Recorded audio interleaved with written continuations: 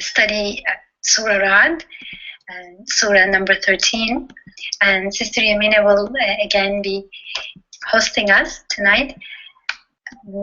Just one note, do have a copy of the Quran with you, because as you may have seen last time, the way we are looking at the Quran is we are connecting verses from different parts of the Quran. So it would be nice to be able to kind of look up as different connections are made. If you, I'm sure almost everybody would be familiar, but I will also send in the chat this link for pulling up the islamicity.com/Quran search.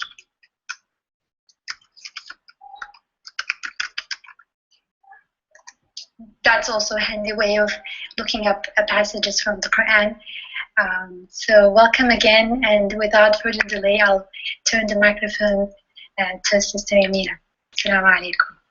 And again, as usual, you know that Sister Yamina leads us in the study, and we're always welcome to actually encouraged to share comments or feel free to ask questions. Assalamu alaikum. Bismillah ar-Rahman ar-Rahim. والصلاة والسلام على سيدنا محمد وعلى آله وصحبه أجمعين. السلام عليكم ورحمة الله وبركاته. Welcome again to Always Receiving Nur's weekly classes on Surah Al-Ra'd, which is the 13th surah of the Quran. May we always be open to receiving the light of divine guidance in this surah, inshallah, and may we live with that guidance. اللهم افتح لنا أبواب حكمتك وانشر علينا رحمتك يا ذا الجلال والإكرام. So last week we started with the first ayah of Surah Al-Ra'd, which means Ra'd means thunder. And so far, what we reflected on the meaning of the repetition of these letters at the beginning of many chapters of the Quran. And here it was it's Alif Lam Mim Ra, and it helped us highlight the meaning of what an ayah is, a sign. A sign is, ayah is actually more comprehensive than a sign.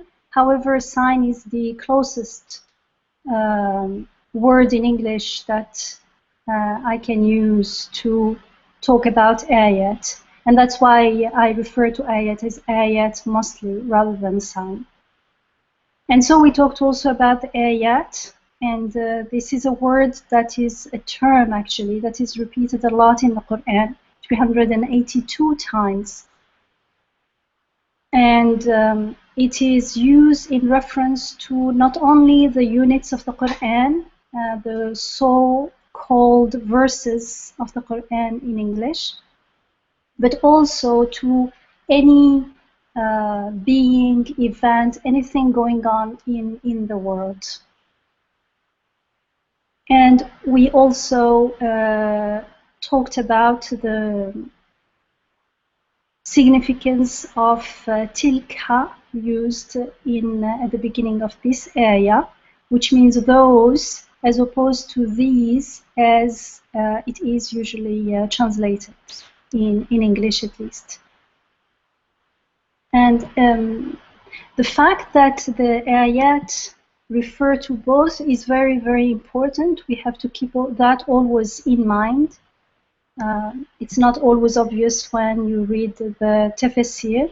However, when we keep that in mind, it makes things much clearer in the Quran. When I think of both, usually what comes to my mind is Surah Al-Jathiyah, which is Surah 45. So if you take your Qur'ans now, or if you're looking online, if you're looking at Islamicity, on the left-hand side, look for Surah 45. and click there. You can click. You have to choose one of the translation. You can choose any translation. It doesn't matter. At the end, it's somebody's interpretation. So, can we all see the text? So I'll carry on. So the first ayah of this surah says, Hamim, again, huruf al-muqatta'a, these letters. And then it says, تنزيل الكتاب من الله العزيز الحكيم. So this is a tanzil. This is a sending down of the book from God, the Almighty, the Wise. And ayah 3 of Surah 45, it says, إِنَّ فِي السَّمَاوَاتِ وَالْأَرْضِ لَآيَاتٍ لِلْمُؤْمِنِينَ.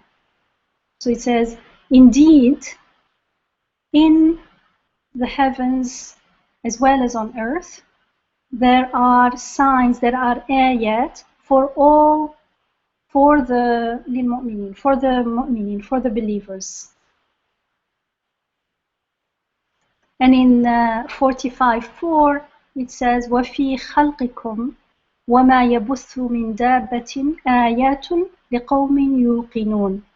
And in your own creation, and in that of in the creation of animals or any living beings, there are ayat for people who are certain, who have certainty. So they do not only believe, but they have certainty, and they have certainty because they are acquainted with the ayat, because when they read the Quran, they read it together with what it is talking about. They read it together with the creational ayat. And so it's not like someone told me, I'm not sure. No, it's something that I see. I see here and now. And that's why the mark of the Muslim is the shahada. And the shahada is the witnessing. We say, I witness that there is nothing worth worshipping except God. And that Muhammad ﷺ is his messenger. And so I can only witness if I believe and have that certainty. And even belief here, we said in Arabic, it does not mean believe. I believe, I'm not sure, I believe it is so, but it may not be. Iman is different. It comes from emniya, amin. Sure, it means you are sure. And yaqeen is even a step further. It's to be certain. So this is really not the belief, faith that we think of that, it could be. It's not about it could be. It's something that I see and witness here, and I am sure in my heart, I have no doubt. And in the 5th ayah it says, وَاخْتِلَافِ اللَّيْلِ وَالنَّهَارِ وَمَا أَنزَلَ اللَّهُ مِنَ السَّمَاءِ مِنْ رِزْقٍ فَأَحْيَا بِهِ الْأَرْضَ بَعْدَ مَوْتِهَا وَتَصْرِيفِ الرِّيَاحِ آيَاتٌ لِقَوْمٍ يَعْقِلُونَ. And in the succession of night and day, and in the means of their subsistence, of their provision, which God sends down from the sky, giving life thereby to the earth after it had been lifeless, after it had been dead, let's say, lifeless. And in the change of the winds, in all this, there are ayat for whom? For people who use their reason. And the 6th ayah, it says, تِلْكَ آيَاتُ اللَّهِ. Those are God's ayat. نتلوها عليك بالحق فبأي حديث بعد الله وآياته يؤمنون. And it says, we recite to you with truth. These are, we recite the, in what discourse then after God and his ayat will they believe? So ayat here is both. Ayat, when it says those ayat here, those ayat, the ayat of this surah from 1 to 5, yes. But the ayat from 1 to 5 are also talking about the ayat in creation.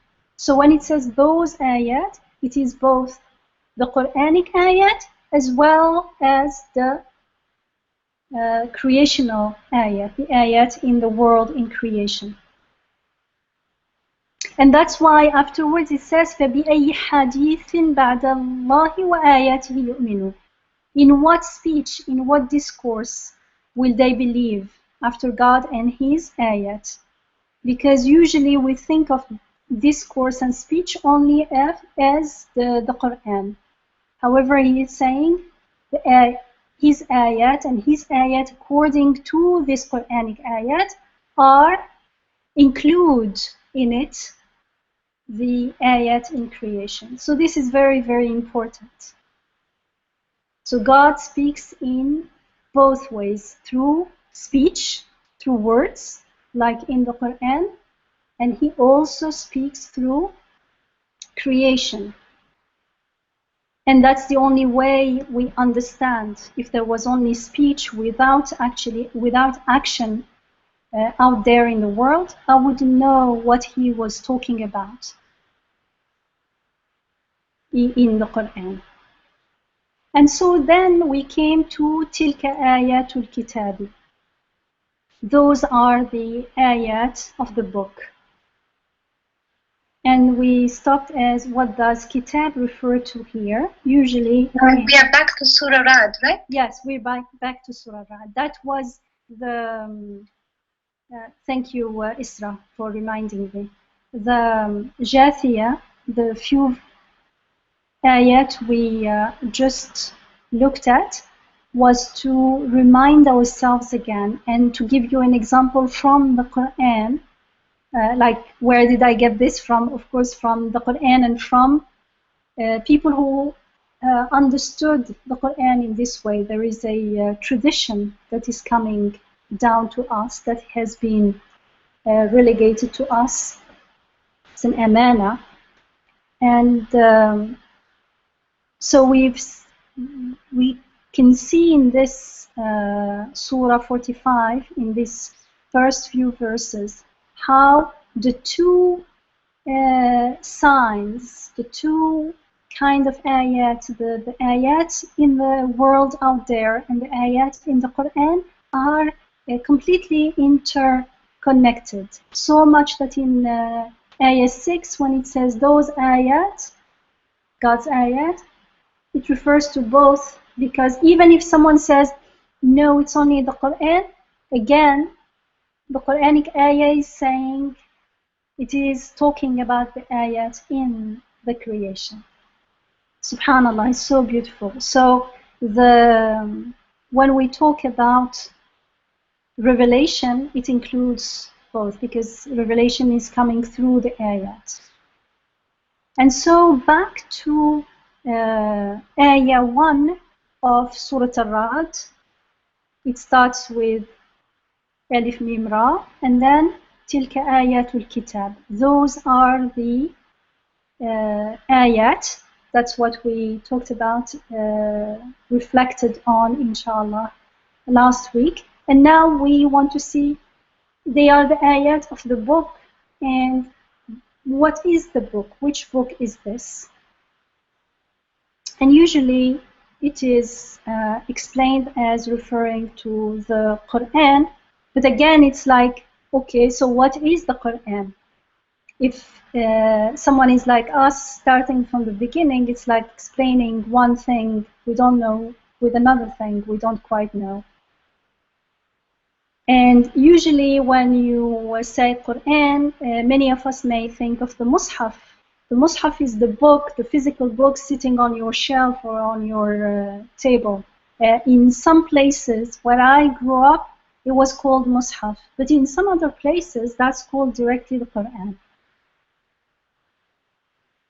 So let's stop and reflect. Was there a physical book during the life of the Prophet alayhi salatu wasalam? No, there wasn't. So that time, the Quran was memorized and recited, and there was no physical written entity as a book. And Quran itself literally means recitation. Not only that, but the Quran was Quran at the very beginning. So the Quran was not called Quran only after 23 years, when it was all, the revelation stopped, it was all revealed. It was called that at the very beginning of the process of revelation, when there were only few revealed ayat. So it's a little bit like, just a second. So even a small part of the Quran is Quran. Yes, it's like a hologram. I don't know if you know how the hologram works, but it's like a hologramic concept. What we know for sure up to now is that the Quran refers to a body of ayat. When we look into the Quran is full of ayat.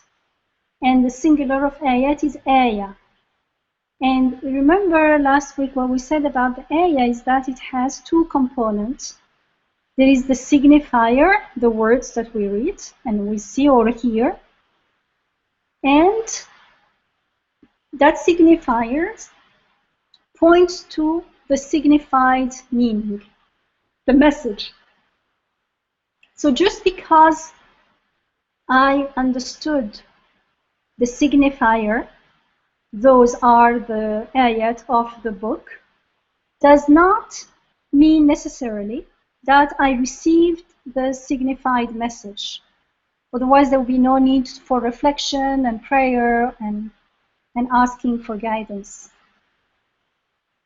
The signified message, though, is sent to us through the words, through the signifier. So the signifier is important. It doesn't mean that we're saying it's not important. It is important, however, it is a means and not the end. So when it says those are the signs of the ayat of the book, what does this mean? How is this related to me? How is this a message of, remember, of wisdom and healing and rahmah? A message that only my Rabb, my sustainer, could send to me. Not something that I could just look at the book and see, oh, okay, these are the units of the book. And we said that those points to that, how would we say, to that meaning, to that, to the signified message beyond the immediate words. Whereas when we say these ayats, it refers only to what I can see immediately, to the signifier aspect of the ayah, the part that I see and interact with. And yes, that part is part of the ayah. However, it's only, let's say, the mirror aspect, the map-like aspect of the ayah, the part that we see at first sight. And so for that, we don't need extra divine guidance to show us that what we already can see. But we said we definitely needed divine guidance to see those messages beyond the immediate meaning. Those messages in a realm indicated in the map of the words, so to speak, if we can use that metaphor. And so once we comprehend this mystery of the ayat, and we start praying and listening out to receive the signified message, and live with the guidance, because if we don't live with that guidance, we're not going to move forward with the guidance that comes with the signified message, then we become more and more aware that the message of the ayat of the Quran is sent to us through what we read and hear, and we understand that the process of inzal, of sending down of the message, is alive. It is happening now, here and now. So the Quran is not only the words themselves, although that's part of it, but more importantly, it is the messages that those words convey, that those words point to, indicate. And so when we listen to the Quran, we will listen to the living Quran here and now with an open heart, and we purify our heart, our intention, from assumptions that we ourselves understand. I understand those. Don't you understand those? I know the words. So I purify those assumptions, and then I listen to the guidance. And that's why when it says in the Quran, if you have your books, or if you're using Islamicity, which is much quicker, just go and look at Surah 7, which is Al-A'raf. And now once you get there, you have to go to next page until you get to 204. Ayah 204.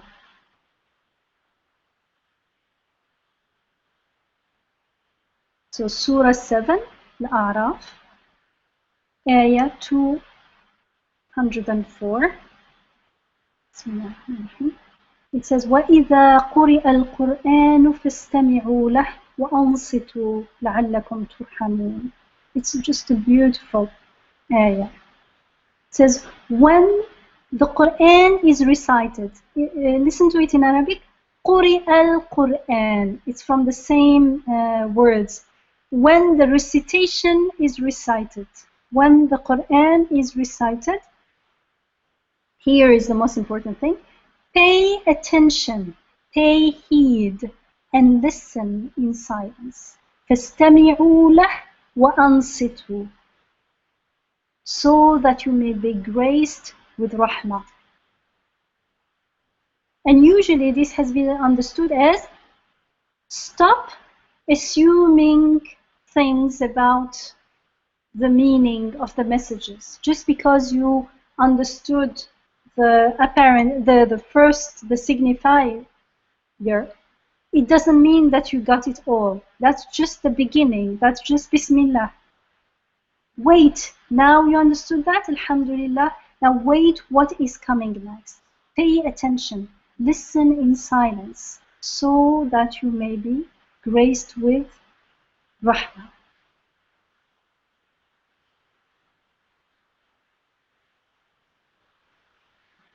So back to this,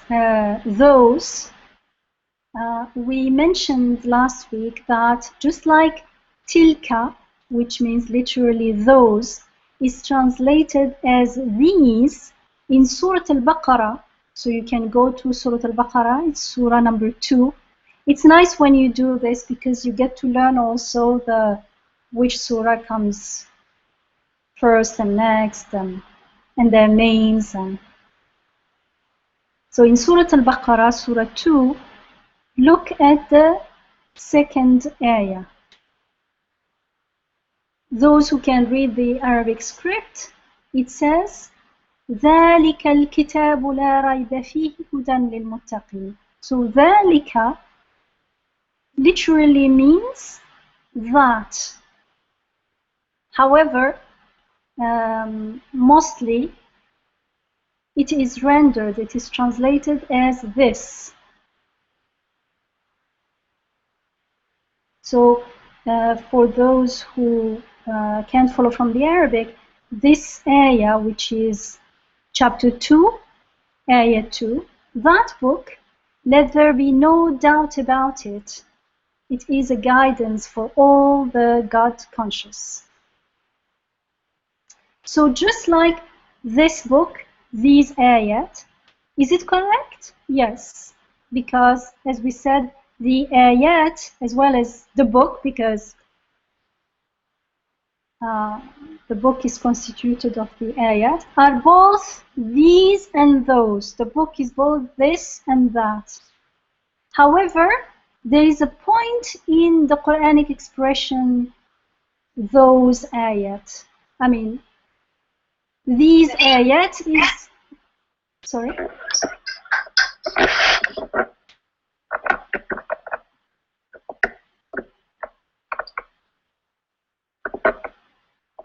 So although it's correct, it is missing an important...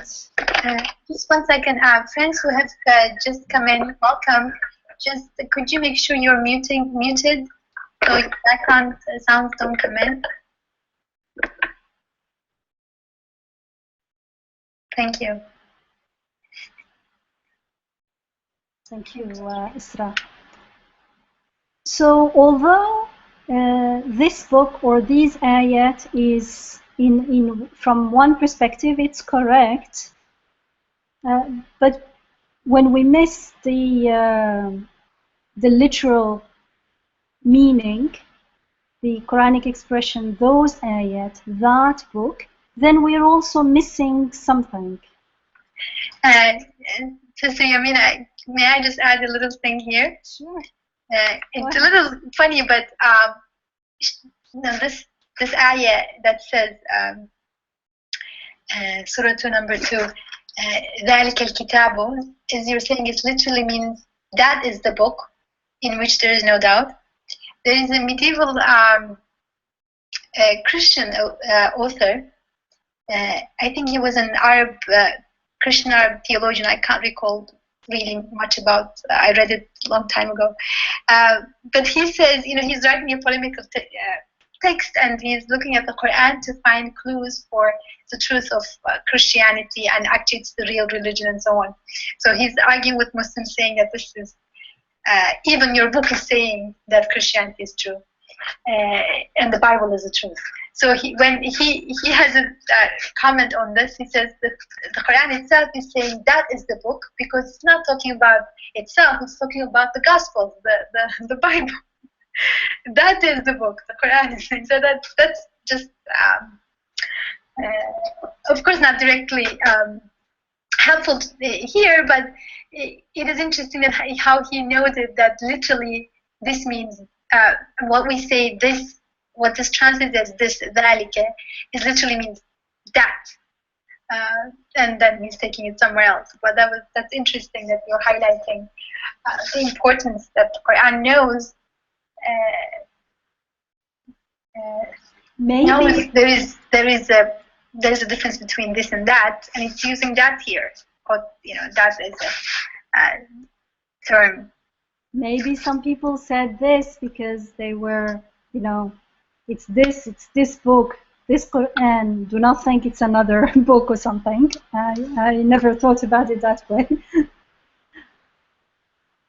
But when, although it's correct, but it misses an important point, because the book that we are interacting with and the ayat that we are interacting with, we are already interacting with that aspect of them. What the Quran is, what this expression, those ayat, that book is pointing to, is that it's something. There is something else that you can't see immediately.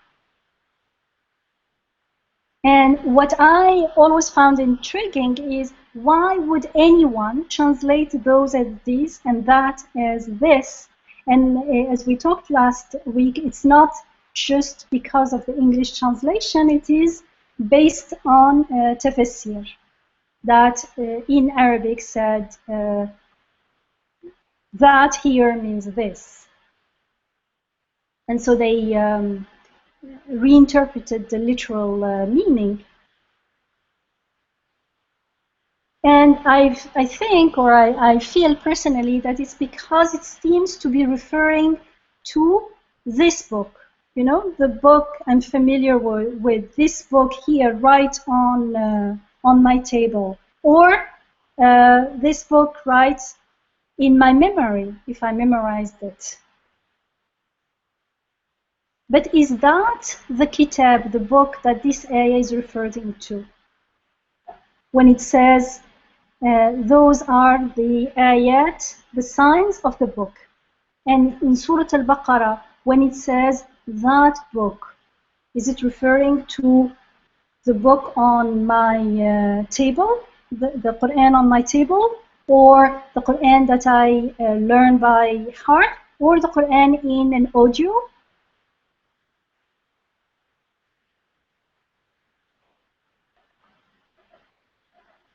Because we said from the beginning that that message that the ayah points to is sent as rahmah. And it is a rahmah to whom? To those with the right intention. So it is not enough to study the Arabic language. It is important because it's a tool. However, it is necessary but not sufficient. And an obvious example would be an Orientalist or someone, a scholar like Isra just mentioned. Someone could be studying the text, very learned in the Arabic language. But does it mean that he is reading or listening to the Quran? Once we become aware of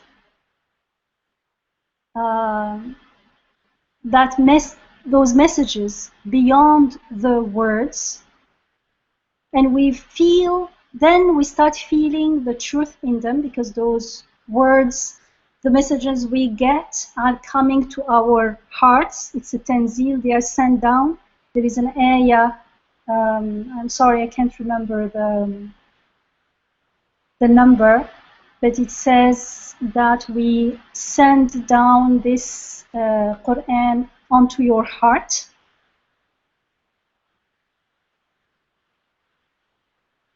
And then you feel that it is the truth. You feel the truth in it, because it is sent down to you through a meaning, through an event happening in your life, through something you are experiencing.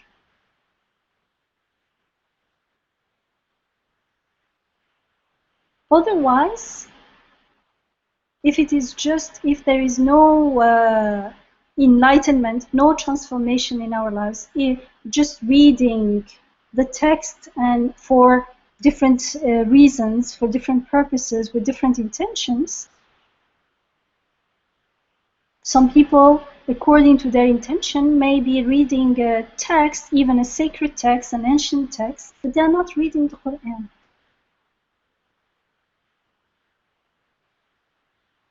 And this is made clear in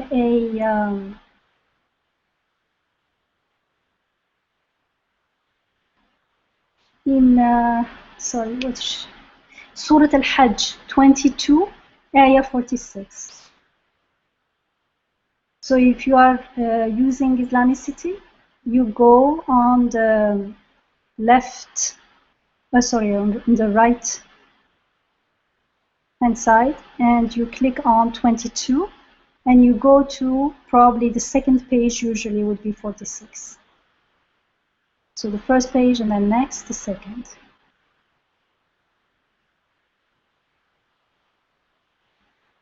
So here you see that it is about intention.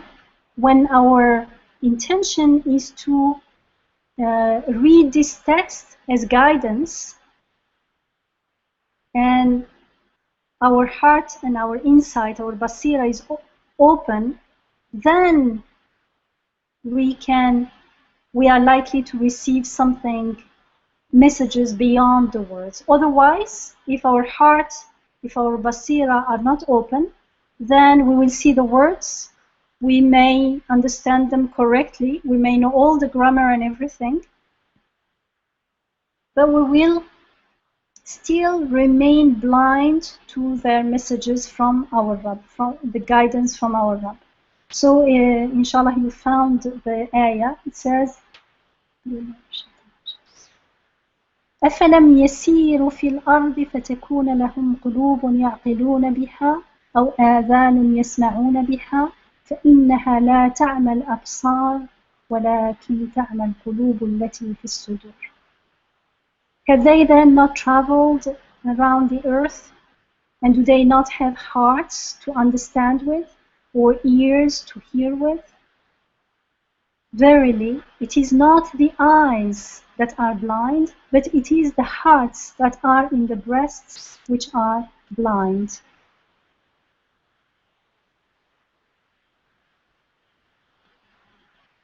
So this is talking about we can be blind of the heart if our intention is not to understand the signs, the ayat. If I read the words as just words, then I won't see what's behind. And this is understandable in everyday life.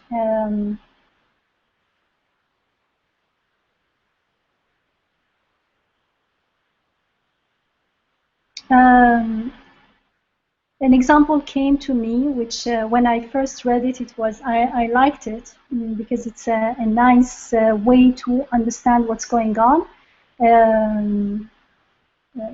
Ustad Badiou Zaman Said Nursi gives this example. And he says, if you look at the, here in the States, you don't find them so much, but like in the Middle East, they don't have blinders, but windows have, how do they call them, those curtains? Net curtains.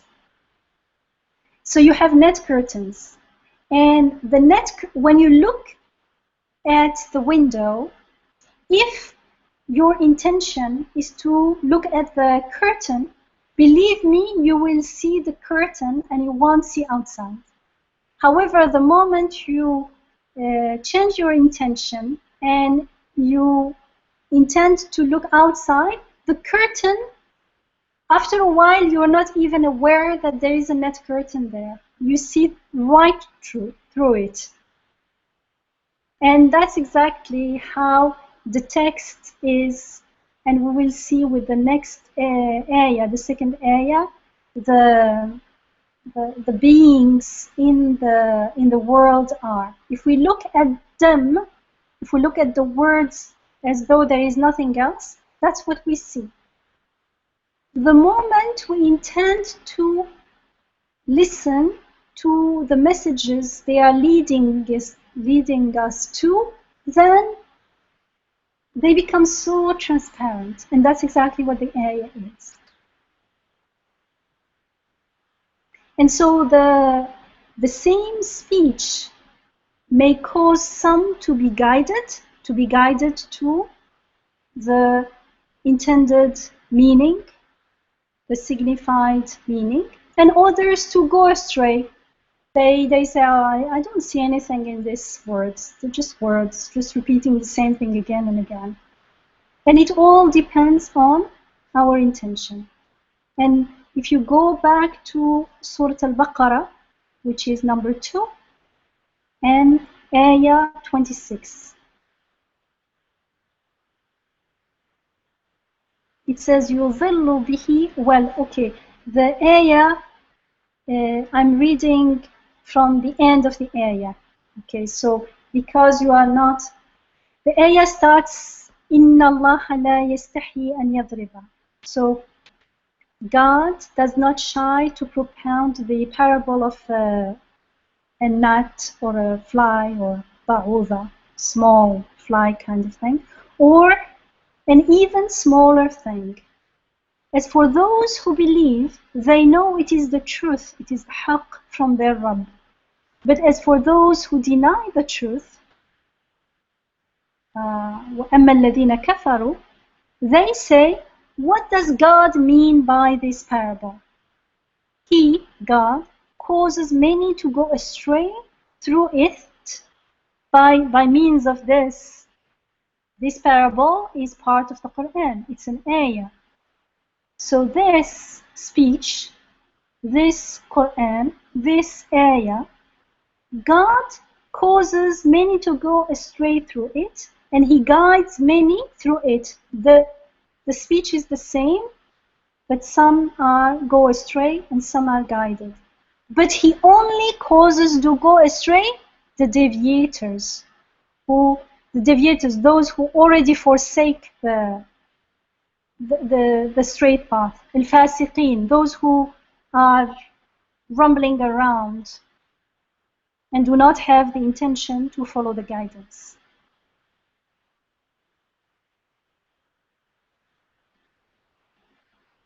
So the same ayah, the same parable may cause some, well, may cause and may not, may be the means for some to be guided and for others to go astray. And who are those who go astray? Those who have already deviated, those who already do not listen to the Quran. Even they are reading, they understand the parable, but they say, what does it mean? What does God mean by this parable? Instead of stopping and waiting, because this parable, something else is coming with it, because they only see that the words is the end, not the beginning. For the believers, that's only the beginning of the journey. And so, because their intention is not to listen, then they do not find the guidance and the healing and the rahmah that the believers find. So even if it seems like we're all reading the same Quranic text, it doesn't mean that we will all receive the same message, because it depends on our circumstances, our needs, and everything. And it doesn't mean that we will receive any message at all, for that matter, because if I don't have the intention, nothing comes. Because the sending of the message, that inzal, that sending down, the inzal, depends on the intention of the listener. And this inzal or tanzil, this sending down, it's a process of sending down. You don't have to look at this, but just believe me, in Surah Al-Waqi'ah, if you want, you can take a note. It's Surah 56, Ayah 80. God talks about the Quran as Tanzilun min Rabbil Alamin. It is a sending down, a process of sending down from Rabbil Alamin, from the sustainer of all words. This tanzil in Arabic is the masdar, the gerund, the ing form of nazzala. Nazzala yunazzilu tanzilan.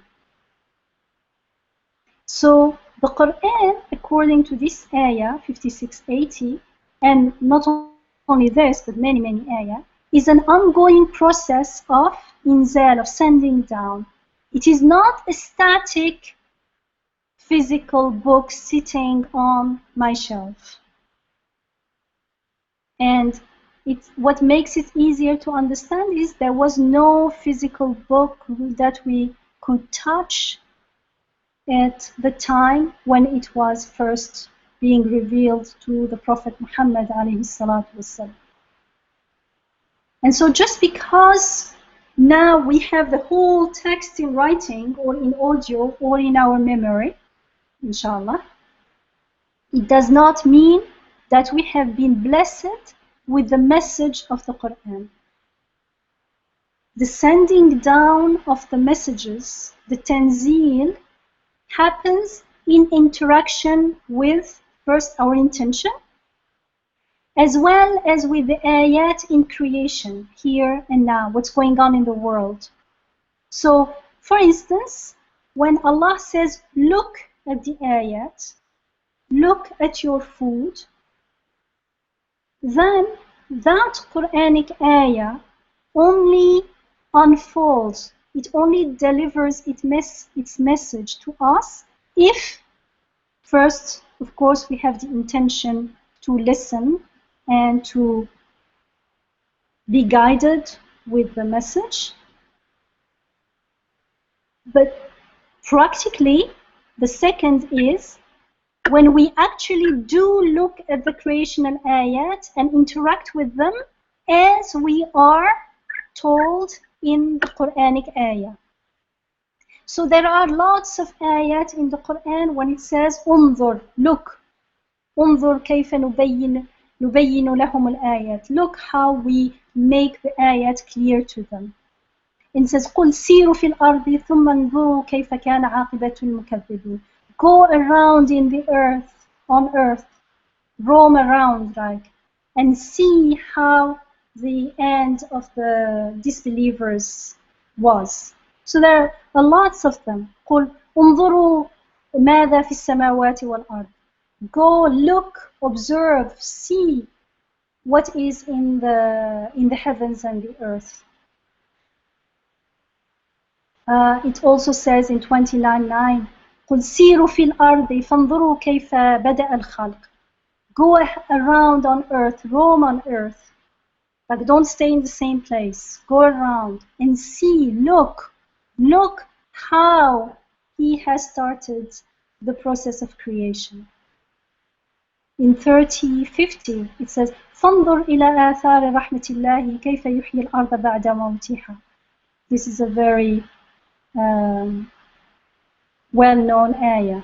Look at the athar, the effects of God's rahmah, how He gives life to the earth after it had been lifeless.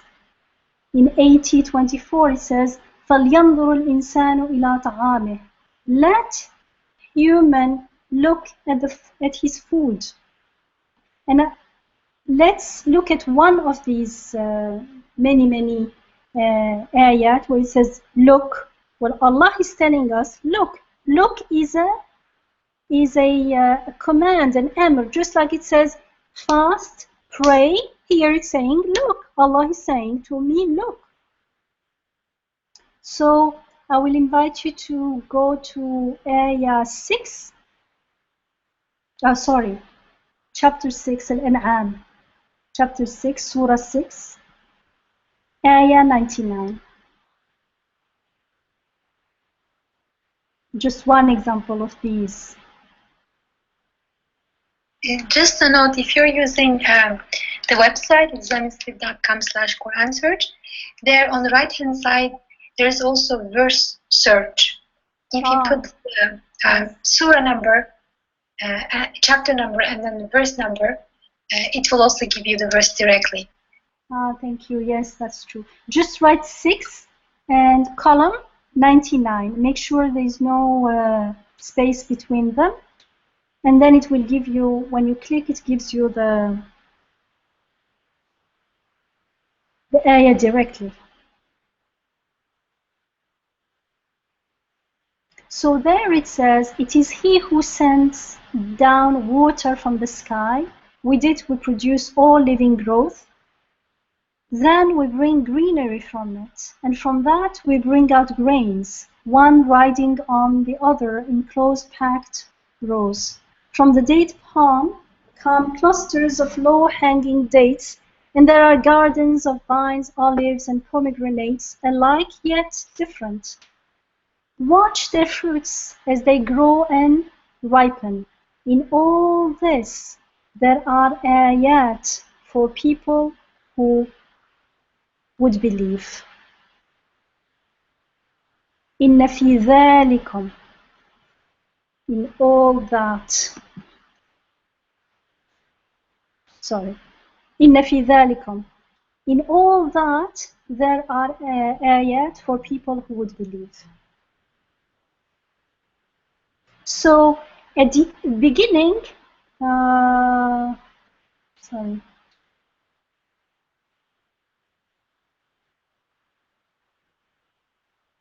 is it the one before?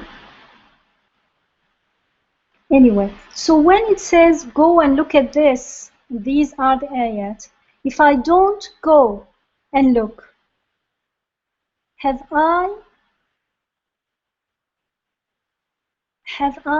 actually read the Quranic text? Question.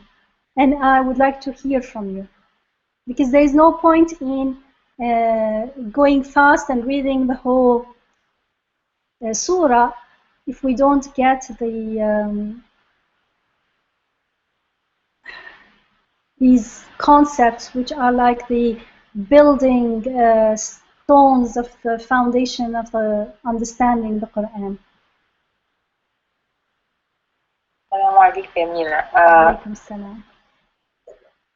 It reminds me of a concept, like what you're speaking is a concept that when I heard this hadith I'm going to share, or this saying, I'm not sure, it was very strange to me, because when we are in prayer and when the Imam reads Quran, I grew up believing that I should be always silent. And the Prophet ﷺ, according to one narration, as he was reading Ar-Rahman, بأي آلاء ربكما تكذبان, after the prayer, he looked at, the Sahaba was praying behind him and said, the angels were more interactive than you. Why, and almost like blaming them for not being interactive. And when he was asked what did he mean, he said, every time that in the Quran God would say فَبِأَيِّ آلَاءِ رَبِّكُمْ تُكَذِّبَانِ, which of the signs or which of the blessings or signs of God do you deny? The angel will say, oh God, we لَا نُكَذِّبْ بِأَيٍّ مِّنْ آلَائِكَ, we do not deny any of your signs or any of your blessings. And so like, and I think then the Sahaba after that started doing that. Like, when there's a part in the Quran, when God is asking a question, they understood then from what the Prophet said that they need to answer. If they're not answering, then they're missing the point. And this was like a big revelation to me. So this is exactly what you're saying. Like, if you don't answer the question, if you don't look, then you're missing the point. That's also in when during the prayer, when we say Sami Allahu man hamidah, God hears those who praise him, we answer and we say praise be to God, right? That's also what started by like that by the companions, the Sahaba. It was an interactive answering immediately, answering the ayah. So for them, the Quran is something living. Right now, God is speaking to me. So in this ayah, at the end, when it says, "Unzuru ila thamarihi," look at their fruits. So if I'm sitting at home, never check what it's saying here, and never look at their fruits as they grow and ripen. And here, because it's saying as they grow and ripen, is it enough to look at it only once? Subhanallah, that's why science, or let's say not science, but the study of natural phenomena in a systematic way and measuring it, and started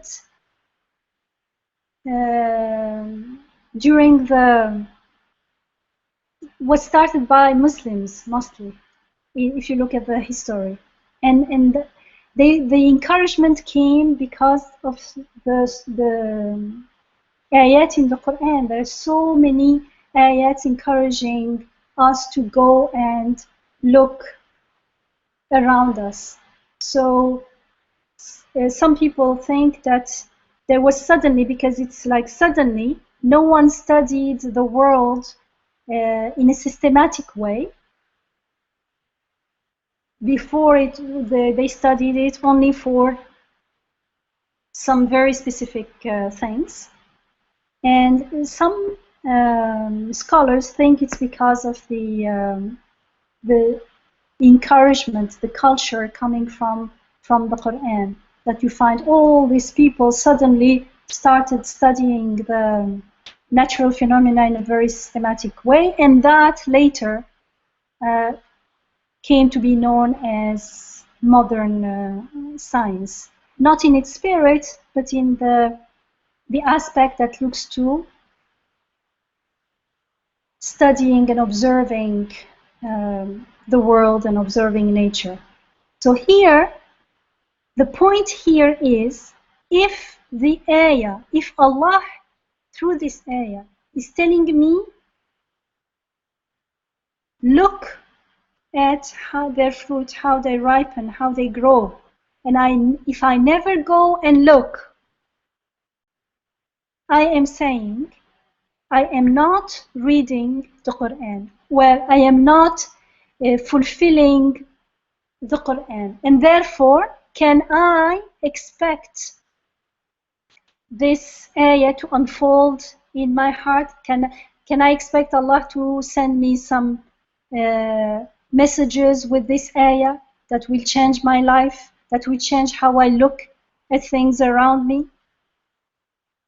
that will increase my certainty, as it said in the Jathiyah, that will increase my iman, my belief in God, my belief in the book, my belief in the truth coming with the book, my belief in, therefore, the world to come, my belief that this world is not the end, nor the beginning, actually. Things are flowing from somewhere else because I get the messages from somewhere else.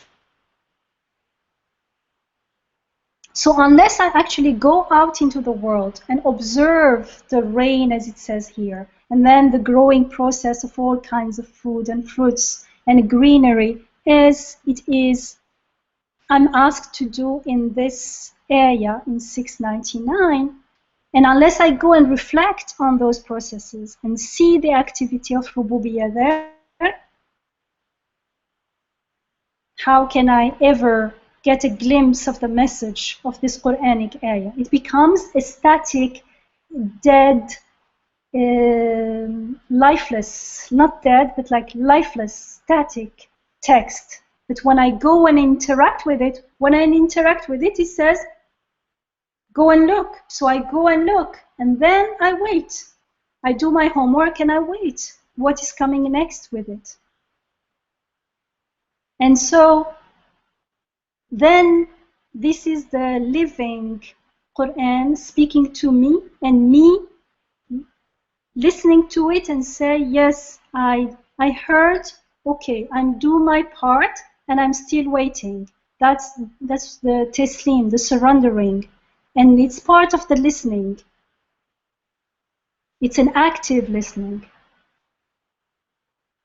And then only I can feel how compassionate, how generous my host is. Otherwise, it remains information. But if I go and see it and admire it, and I'm amazed at how the fruits, how do they start with blooms and flowers and beautiful colors, and then the fruit starts coming, and then I see them being colored and see the art and get amazed and feel all those feelings in my heart, and all the awe and all the compassion and all the generosity, and then eat it and enjoy it. Then the message becomes something that I live with, something that makes sense to me, something that my heart says yes. An ayah that will come later in Surah Al-Ra'd, who says, أَلَا بِذِكْرِ اللَّهِ تَطْمَئِنَّ الْقُلُوبِ. Only with this mentioning God and remembering God, the heart finds satisfaction. But if I actually remember God actively, not sitting here and remembering, I can't remember something that I've never experienced anyways. So this is a live text, a live process of tanzil, as it says in the Quran. It is a tanzil min Rabbil Alameen. It is sending down, it is being sent down. So the ayat of the Quran come to life through the ayat in creation. When I interact with it, then I realize the symbiotic relationship between the two.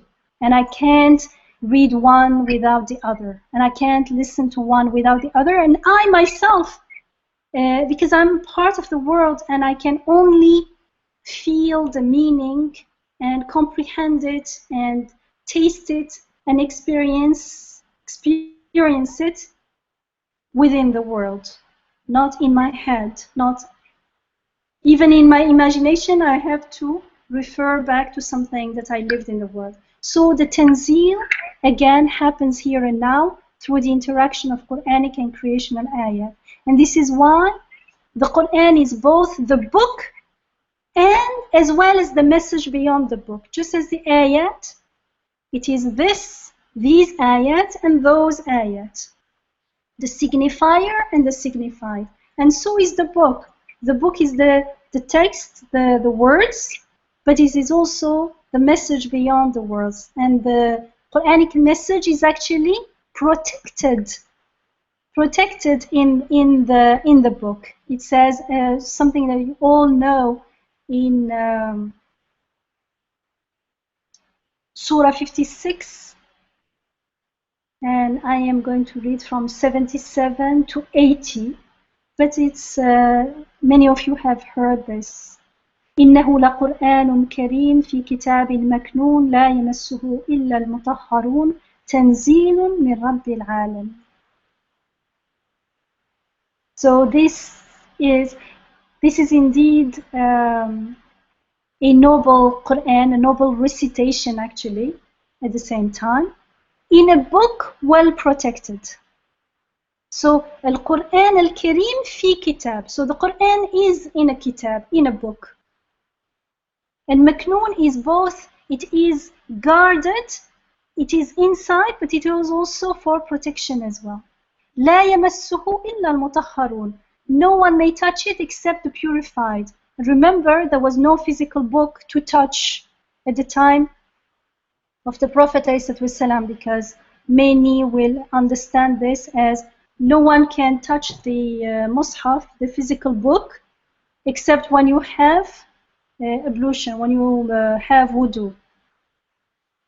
I'm not talking about that part of it. I'm talking about the meaning, message part of it.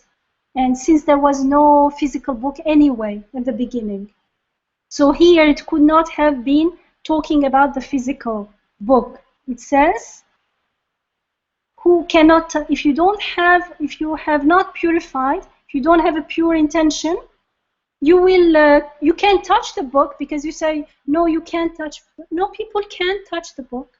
People can, who are not even believers, can buy the book and touch it all they want. However, they can never touch the Quran. We have to purify our hearts and our intention in order to touch that message which is beyond, which is protected in the book. So the book is important because it is our means, our burak to the Quran, inshallah. And it says, Tanzilun min Rabbil Alamin. It is a tanzil, a process of sending down from the Rabb, the sustainer of all words. And in Surah Al-Nahl, which is Surah 16, Ayah 89, so as Isra said, you just write 16, column 89, and you go there. And I'm not interested in the whole ayah, but the second part of the ayah says, وَنَزَّلْنَا عَلَيْكَ الْكِتَابَ تِبْيَانًا لِكُلِّ شَيْءٍ وَهُدًى وَرَحْمَةً وَبُشْرَى لِلْمُسْلِمِينَ. So we have sent down, so it is a sending down, the book to you, making all things clear, and as guidance and mercy and good news for those who surrender, the Muslimin, the surrenderers. So this is not the physical book sitting on my table. This is a book This is guidance. This is mercy. This is good news. And when we are not aware of the book this way, when we are not aware of an ayah, because if you understand the ayah, we start understanding what the book is. Then we tend to think that the Quran is only what we see, the writing. I'm saying only because is it not? It says the Quran is in the book. In some places it says it is the book, but that book. So here I mean the Quran when we think that the Quran is only what we see, only the words, the writing, or only the words we hear, the recited words, and when we don't realize that that's only part of it, actually it's only the tip of the iceberg, it's only the first step, only the map, only the signpost pointing to the infinite alam al-ghaib, infinite different messages that can come to all of us through the same text. The same person will get different messages in different situations. Subhanallah. So we understand that the Quran is more than just words. And the spoken word actually is sacred, yes, and it is important. Because, why? Because of the messages it points to. I cannot disregard it. It is important, but if I can't get stuck in it either.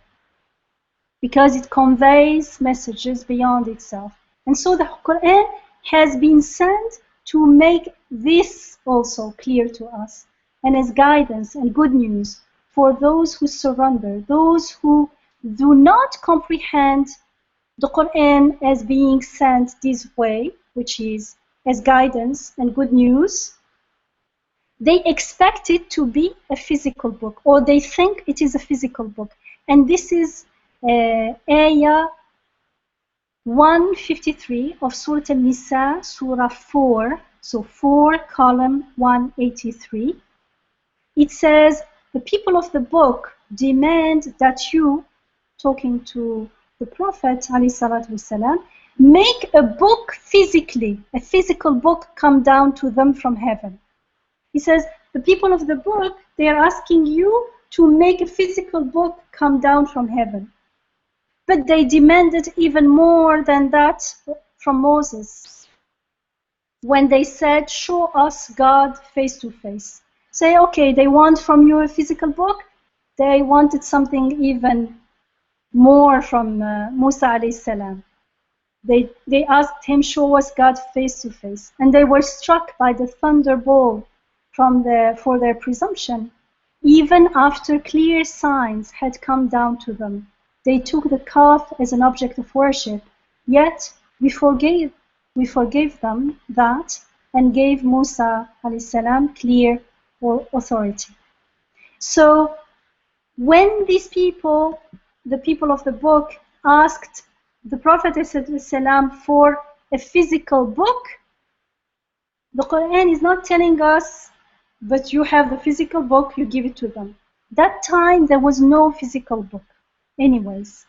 And in another ayah, in Al-An'am 6 column 7, Al-An'am, Surah Al-An'am is Surah number 6, ayah number 7, it says then in that ayah, it becomes clear that what was sent to the Prophet ﷺ was not a physical book. And how we know that? Because it says, even if we had sent down to you, وَلَوْ أَنزَلْنَا, if we had sent, عَلَيْكَ كِتَابًا فِي قِرْطَاسٍ. Qirtas is a parchment, like the old rolls like this, parchment, which is paper. So it says, if we had sent down to you a book on paper, and they had touched it with their own hands, subhanallah, how it is describing the physicality. It was a book on paper, and they had touched it with their own hands. Those who disbelieve would still say this is clearly nothing but blatant sorcery. So, because it's saying if we had sent down to you a book a physical book that they could touch with their hands, it means that the book, which Allah says in the Quran again, we send you the book, we sent you the book, is not a physical book. The physical mushaf that we have in our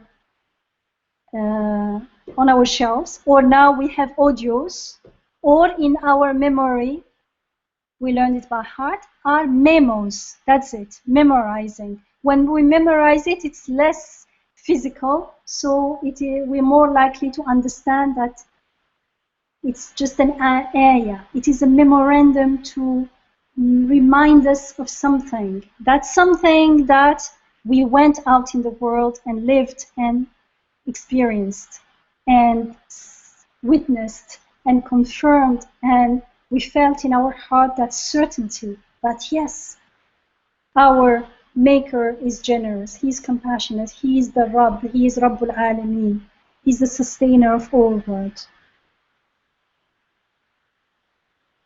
So when Allah says again and again, I want to repeat this, that He sent a book to His messenger, it must be not a physical book, not a physical kitab.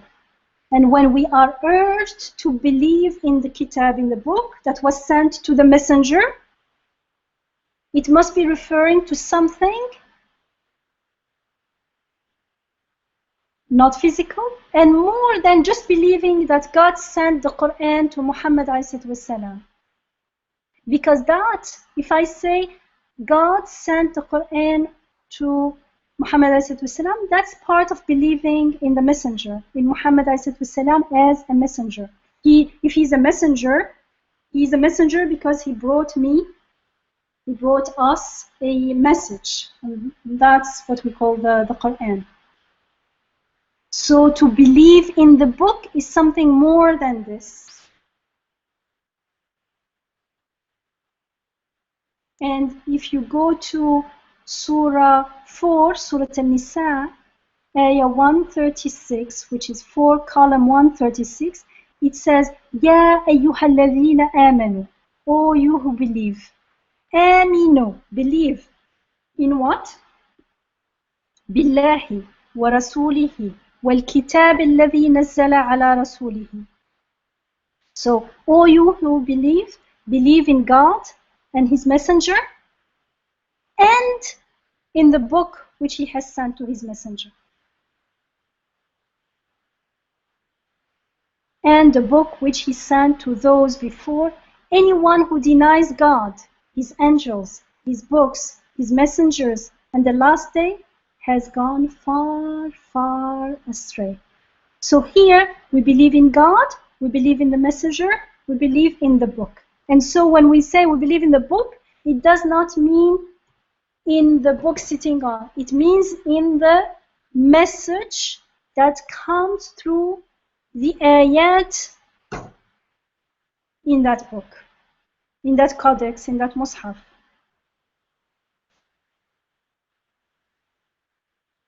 So back to Surah Al-Ra'd, which is Alif Lam Mim Ra. Those are the ayat of the book, and what your Rabb has sent down to you is the truth. Yet most people do not believe.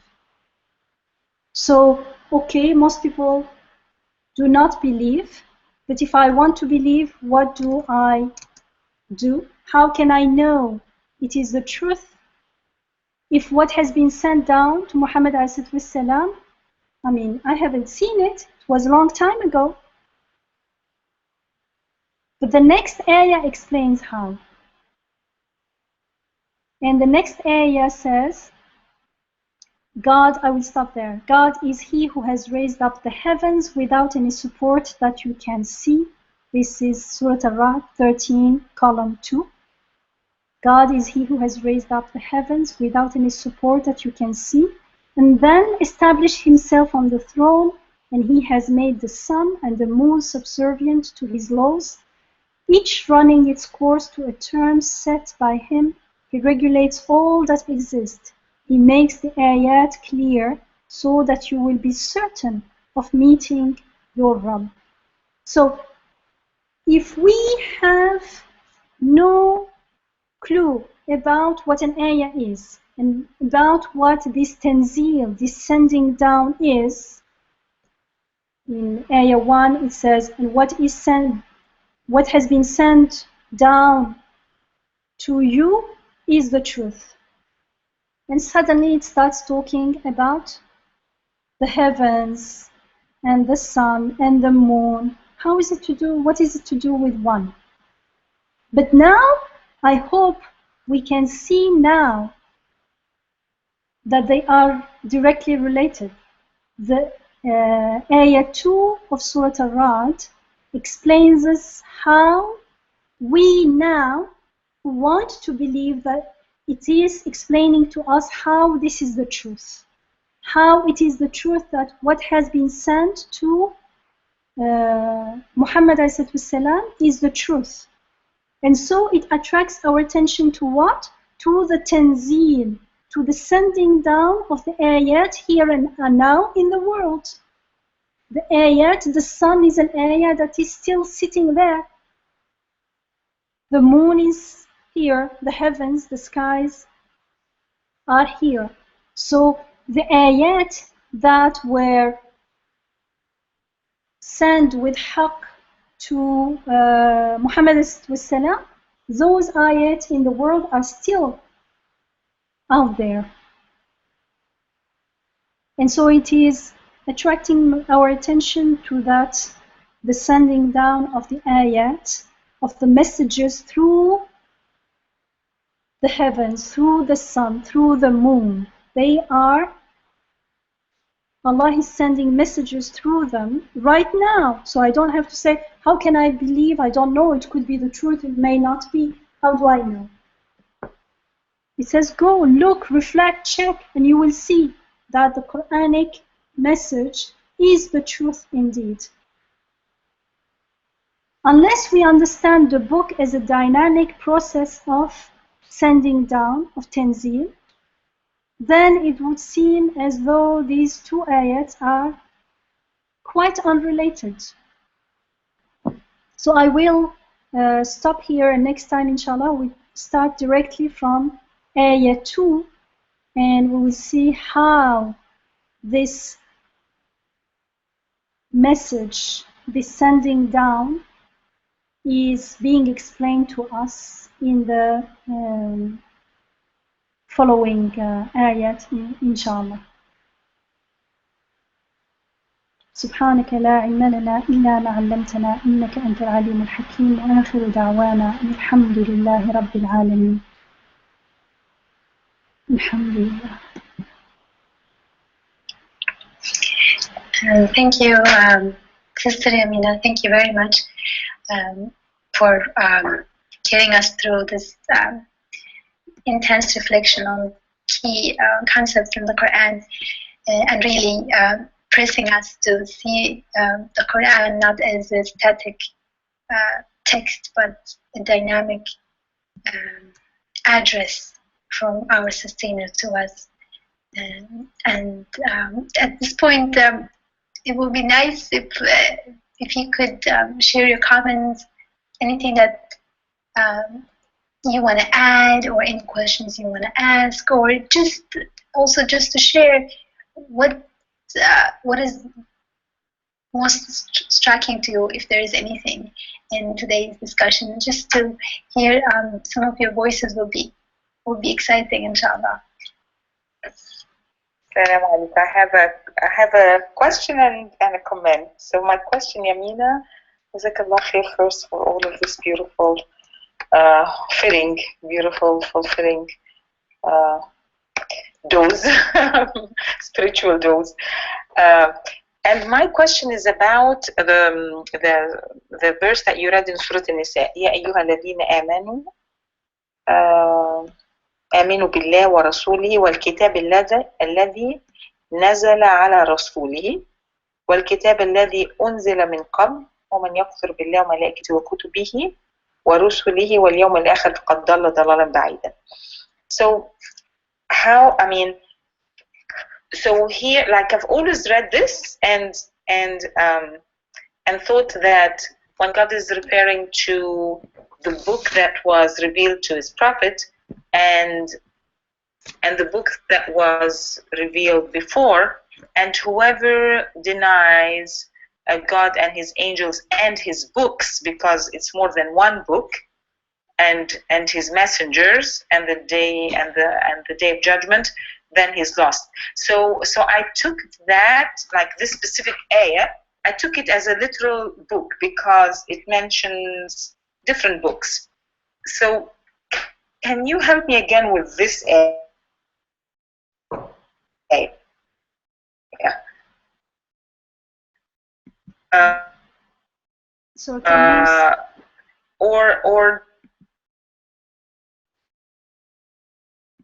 can you specify the question? That, like, you know, regardless whether it's the Quran, whether it's the other books, they all have the same message of the.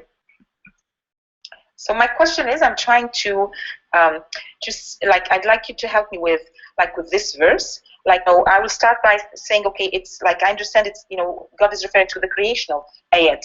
So in this case, then the book that he has sent, like the message in the Quran, you know, and there's another message in the books of the other prophets, and there's all these books. So it seems that God sometimes refers to all of them as a book, one book, and sometimes here God is referring to them as different books. The book that was revealed to the prophet, the book that was revealed before, and whoever, you know, denies these books or the books is lost. Now, the book is not only the creational ayat. Okay. It is both, because look at the Quranic ayat referring to the creational ayat. I chose natural phenomena because it's easy, but if it's talking about family, about anger, that's also creational ayat. That's also something that's happening in the world. So it is both. And so God speaks in two ways. With the words and with creation, with action. And both of them, the words explain the meaning of the action, and the actions help us understand the meaning of the words. So at first sight, the words look clearer than the actions, than the creational ayat. However, the words are like, they are guidance, they are like maps. They tell us what the actions are about. However, without actions, without the world to understand them, would we understand anything that is said in the Quran? No way. If it says God is compassionate or God is generous, if I never experience his generosity, it will remain a word with no content, with no real meaning for me. It won't be alive for me. The words come to life when I experience the generosity in the world and I say, yes, indeed, Sadaqallahu al-Azim, he is indeed generous. And I know what generosity is about. And we said about beauty. Beauty of meaning, beauty of shape, beauty of color, beauty of sound. And so I say, oh yeah, this beauty is something unfathomable. So what is happening is, with the word, we are guided, because otherwise we wouldn't make sense of what's going in the world. We usually get stuck in in things themselves. In the net curtain example, we get stuck in the curtain and we never look beyond. So the word guides us to look beyond. At the same time, if there was nothing in the world, the words, the Quran, wouldn't make sense to us. Of course, you will say that's why they are all happening at the same time. But this is not, we're not looking at it from God's perspective. That's all fine there. From our perspective, we tend to separate the two. We read the Quran when we're sitting on, and even we think we're reflecting on it and studying it, and it has nothing to do with our life. And then we go out in our life, we go to the lab, we go to our whatever we do in our life, and that's it. That's the world. That's our life. What the Quran is teaching us, the book is saying those two go together. And when I start living them together, when I start living by the guidance of the Quranic ayat, then everything in my life, I realize that it is an ayah as well. And then the Quranic ayat start unfolding, the meaning, the messages start unfolding on themselves, sitting in the book. It looks like they are static, they don't come to life. It's like seeds, and then the seeds are what I take from the Quranic ayah. It is when I put them in sow them in the earth and water them, they start giving fruits. So someone says, you know, these seeds, they have lots of fruits and this and that, and they become flowers. And say, what do you mean? That's what they said. What does God mean by this parable? This is just a seed. Can't you see? It's like dead. It's like a hard, small thing. How do you mean all this? Yeah. Were you done? No, I was going to say, so this is the same with the book. And so when you say all the books are the same, all the books are the same from the perspective that they are the address, God's address to us. God addressing the humanity. A metaphor that came to my mind is, go ahead. Metaphor of keys, like when like if we read the Quran in a static manner, it's like having a case of keys. You know, you have a little box and there are keys in it, and I keep saying, these are keys, these are keys. Yes, aren't they keys? Look, let me show you. I polished the keys and I, you know, admire the contour of the keys and so on. And so in a way, yeah, these are keys, but it's true, it's correct. It makes sense with the doors. I mean, what doors are these opening? So it is so narrowing if we just talk about the keys and we never talk about the doors that it's opening. So your emphasis about connecting the verses or the signs ayat in the world with the signs ayat in the book, in the revelation to the Prophet, together is in that sense very important, because we can talk all along about keys and nobody's denying that these are keys, but what is the meaning if I never or very rarely take it and connect it with the lock and open the doors with it? So if I don't know that they are keys to what? yeah. So so it isn't about saying we don't need these boxes, go and find your doors. No, we need the boxes, we need the text, we need the content, we need that recitation that the Prophet recited. Just that there's a very subtle way of narrowing and making it stiff that happens over time. Or irrelevant. However, when we get to know the doors and we start using the key becomes even more valuable. It's now more valuable because now it's the key to lots of doors, to lots of treasures, to lots of different worlds. And so it's not like the text is not important. The text is infinitely valuable. And that's why, you know, this is not just a key and put it on the shelf. This is a key. Go and open the door with it. And so maybe if we use the metaphor of the key, the other books are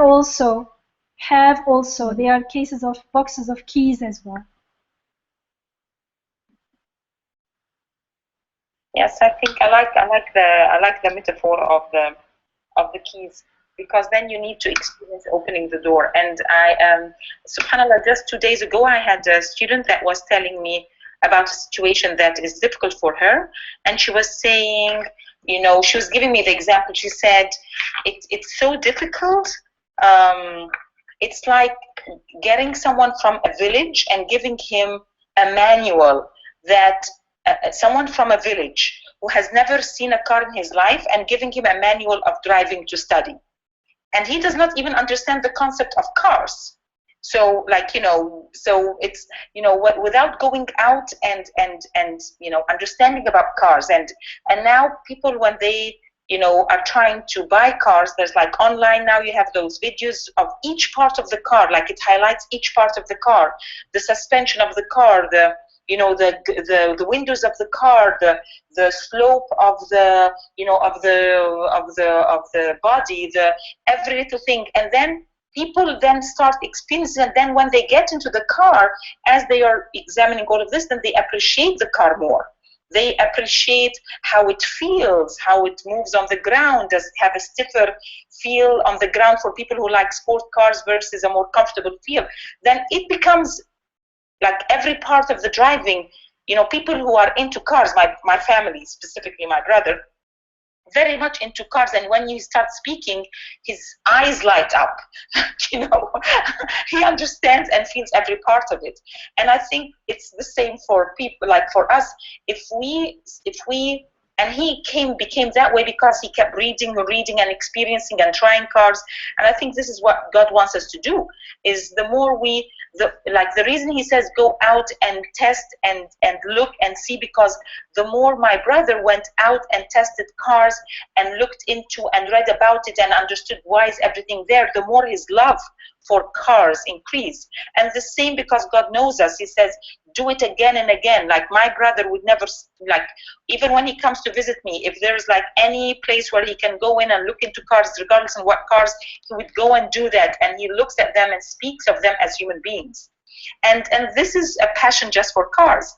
And God is trying to teach us the same and bring the same passion for us, like to build this passion of loving what's around us and understanding the connection by asking us to go back and spend time with it and reflect on it and take our time and come back again, because every time we go back, we will learn something different. We will appreciate it more. Just like if I take cars and the appreciation for cars, every time you learn something and you look at the difference and look at this, versus that, look at this name of God being revealed here, and look at in this situation, look at the same the same name of God being revealed with this family versus this family, or with this person versus this person. And then you become in awe out of how are the names reflected with different people in different situations. Just like people who have a passion for cars or for different things are always in awe about, like, the different types of cars and how this one does this and does that. So it's God telling us to do this because he knows this is the way that will get us involved.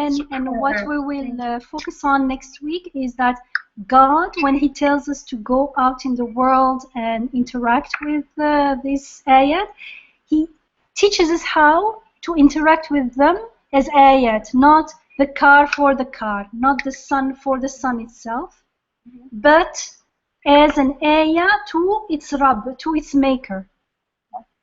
So that's the difference there, which is a big, huge difference. Inshallah, we'll talk about it. Is there anybody else who wants to share anything?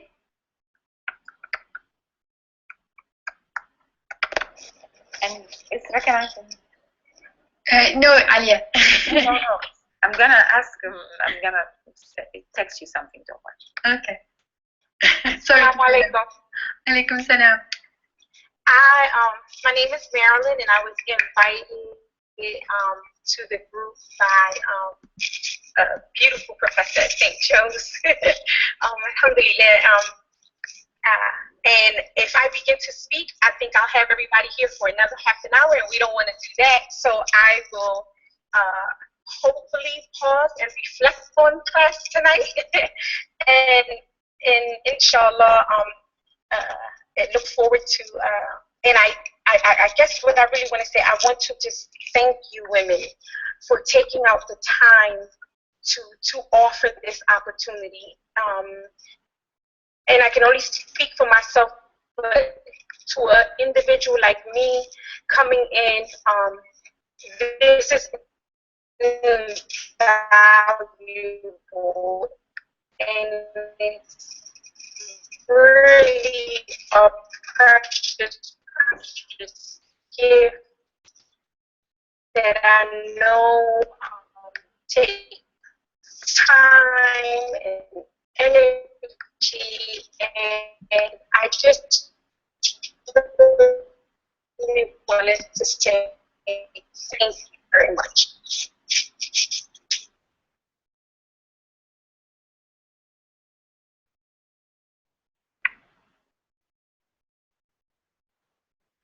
Thank you, everyone.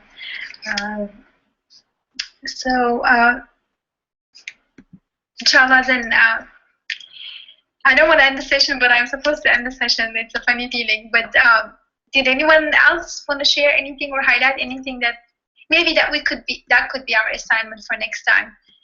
If you could try to remember what you found most helpful or most worthy of exploring.